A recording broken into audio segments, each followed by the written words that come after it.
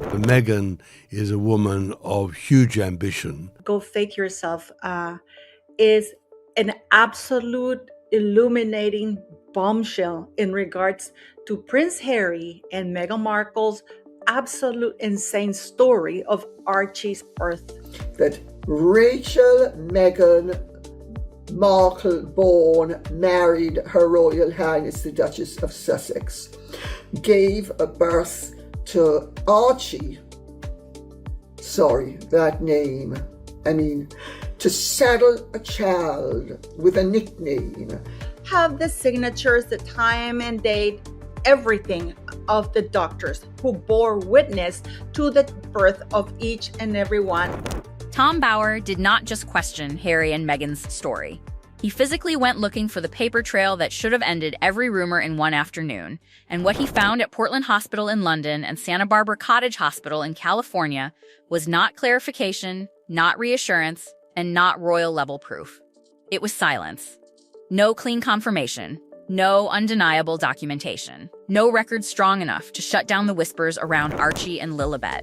And after 4 years of digging into the most protected story in modern royal history, Bower reached the conclusion that makes this controversy so dangerous, Meghan will never allow the Dina question to become the real question. Because according to Bower, Dina is not what threatens everything. The body does.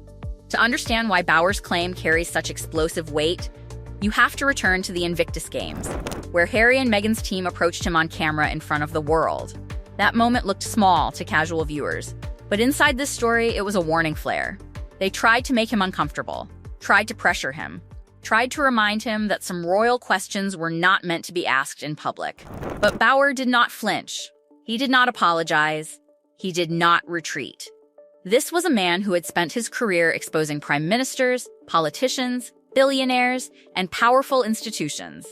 Two people living behind the gates of a California mansion were not going to scare him away from a story he believed was already cracking.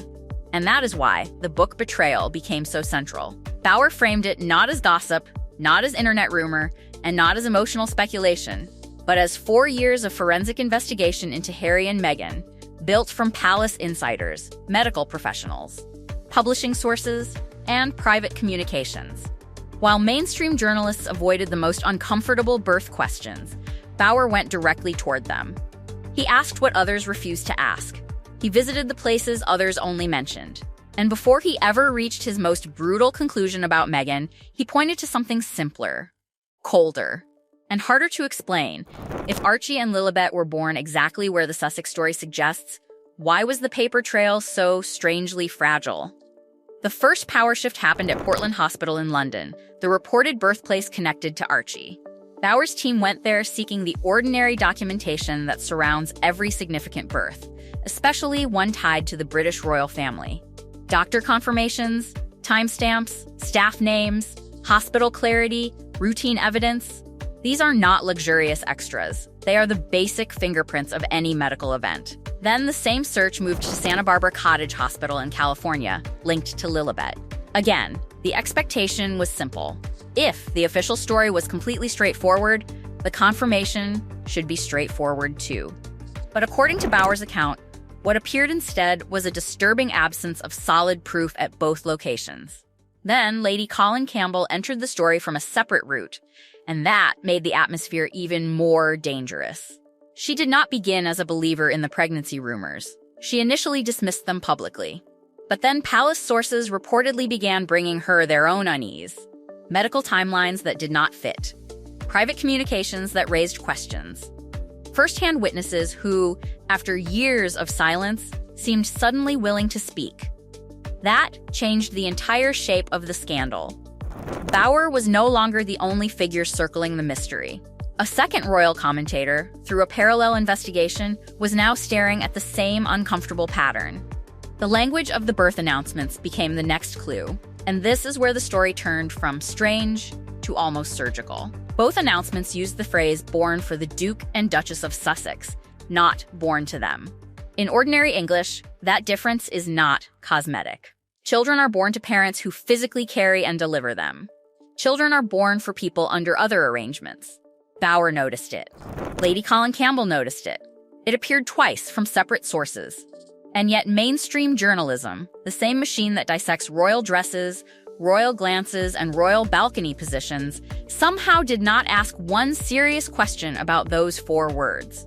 Then came the official documentation surrounding Archie's birth. And this is where the palace silence became almost louder than the allegation. A certified copy of Archie's UK birth record was requested from the General Register Office. This was not a tabloid rumor or anonymous post. It was a government document. Printed on that document was the date of registration, May 1st, 2019, but Harry and Meghan told the world Archie was born on May 6th, 2019. 5 days separated the registration date from the announced birth date. Bauer's question was brutally simple. How can a child be registered before he exists? The UK Register Office reportedly confirmed the rule with no royal loophole attached. Pre-registration of a birth is not possible in the United Kingdom. No exceptions for titles. No exceptions for status. No exceptions for proximity to Buckingham Palace, Frogmore Cottage, or the Crown itself. That answer turned one date into a constitutional headache, because May 1st and May 6th could not both mean what the public had been led to believe. Suddenly, the question was no longer whether people were being dramatic. The question was why a certified record appeared to challenge the timeline presented to the world. Then, the Red Book became the next missing object in the chain. Every British parent receives a Red Book at the hospital when a baby arrives. It contains the birth details, the time, the weight, and the names of attending medical professionals. It is the document normally presented when registering a child. Yet when the registrar reportedly traveled to Frogmore Cottage, already an unusual move, she was not shown that Red Book. Instead, she was shown a handwritten affidavit from Harry's personal protection officer, complete with a legal disclaimer releasing that officer from responsibility if the information turned out to be incorrect. That detail changed everything, because the witness was not a doctor. The evidence was not a hospital record. The document was not the standard proof. It was a protection officer's handwritten statement, wrapped in legal caution, placed before a registrar who had little practical choice but to accept it and leave. And then, according to Bauer, the most damaging evidence did not come from a palace leak or investigator at all. It came from Prince Harry himself in Spare, where he described 2 epidurals, a difficult birth, and being back at Frogmore Cottage within 2 hours of delivery, despite a journey that takes 1 hour and 10 minutes each way. Bauer put that timeline to medical professionals, and their answer was reportedly identical. Physically impossible. 0 chance. No realistic way. The contradiction grew sharper because mothers watching did not need experts to understand what felt wrong. Then Meghan's first public appearance after the birth added another clue. She appeared dressed head to toe in white, a detail Bauer highlighted because for many women, it was not fashion. It was a biological red flag. Hours after giving birth, white is not simply a color choice. In this story, it became another quiet signal that something in the official picture was not adding up. But the strangest clue came from Harry's own mouth in those first days after Archie was announced. Standing before cameras, visibly careful, he said babies change so much in 2 weeks. Not 2 days, 2 weeks. Archie had allegedly been born only days earlier. Meghan, standing beside him, immediately corrected the slip. 2 days. 2 weeks, 2 days. The correction landed, the cameras moved on, and no one in the mainstream pressed them. But Bauer did not forget it. Because if Harry accidentally revealed a longer observation window, then the timeline was not just questionable. It was potentially hiding the answer everyone was afraid to ask. The silence that followed became just as important as every document Tom Bauer examined. According to his investigation, Harry and Meghan never issued a direct statement addressing the birth allegations, never publicly dismantled the specific claims point by point, and never launched the sweeping legal assault many expected. Bauer argued that if every allegation were completely false, the courtroom would have become the obvious battlefield. Instead, he believed the continued silence created another mystery of its own. Lady Colin Campbell reportedly received legal threats from Harry's team. Yet her response was brutally simple: let him sue me. Bauer stood in exactly the same position. Neither retreated, because according to both investigators, an actual lawsuit would trigger discovery, forcing hospital records, medical documentation, private emails, birth paperwork, and every protected document into the hands of opposing lawyers. That possibility connected directly to another legal battle already unfolding. Bauer pointed toward the Samantha Markle deposition as proof that court proceedings demand evidence rather than carefully managed public relations. According to his argument, proving critics wrong would require producing the very documents the Sussexes had allegedly kept private for years. Suddenly, the struggle was no longer about newspaper headlines.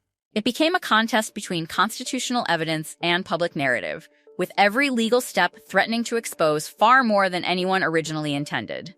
Bauer then shifted attention toward Queen Elizabeth II herself, and the stakes immediately became even greater. According to his sources, the late Queen requested that her own trusted royal physicians be present during Meghan's birth.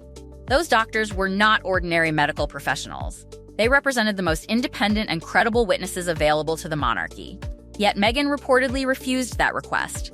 If true, the Queen lost the independent verification she had wanted, while Meghan gained complete control over who entered the room and who did not.